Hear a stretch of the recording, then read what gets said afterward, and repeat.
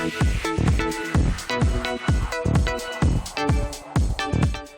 evening mga kapuso! Double comeback is real dahil muling mapapanood sa GMA Afternoon Prime series na Born to Shine ang P-pop boy group na BGYO. Kasabayan ng pagbabalik ni Jennie bilang solo artist na ginagampanan naman ni Zephanie. Makichika kay Athena Imperial. Mali yata yung napasukan kong atelier.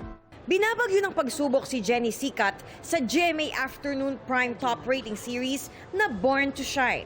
From being a member of Yumi, babangon na ulit si Jennie as a solo artist. Kakayanin kaya niya ang mga panibagong hamon, lalo at may mga planong humadlang sa kanyang comeback.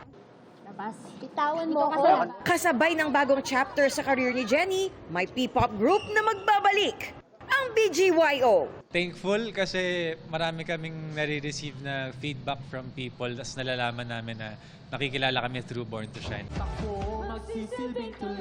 Excited na raw silang umarte uli kasama ang cast ng Born to Shine. Nung pinanood din namin yung mga episodes, medyo nabitin din kami. So, ang saya namin na makakabalik kami at magkakaroon pa kami ng eksena sa kanila. Yes, basta together kami, mas enjoyable yung acting. Nung una, medyo kinakabahan pa pero ngayon, confident na. Kasi kami lang din naman yung character na ipa-play namin. So, yeah, it's gonna be better. As guest actors, ano kaya ang role nila sa career move ni Jennie? May unfinished business pa ba sila with Yumi? Curious kami sa story na mangyayari pagdating kay Jennie tsaka kay BGYO Akira. Baka more performances. And siguro kung meron man kaming hindi nagawa nung first, na gusto naming mangyari, sana yung makapag sing and dance kasama si Jennie and ng Yumi.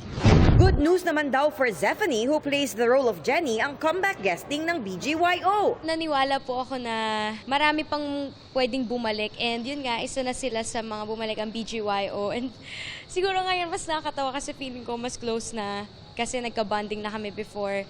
And nakakatuwa lang na makita ulit sila na maging part ng show.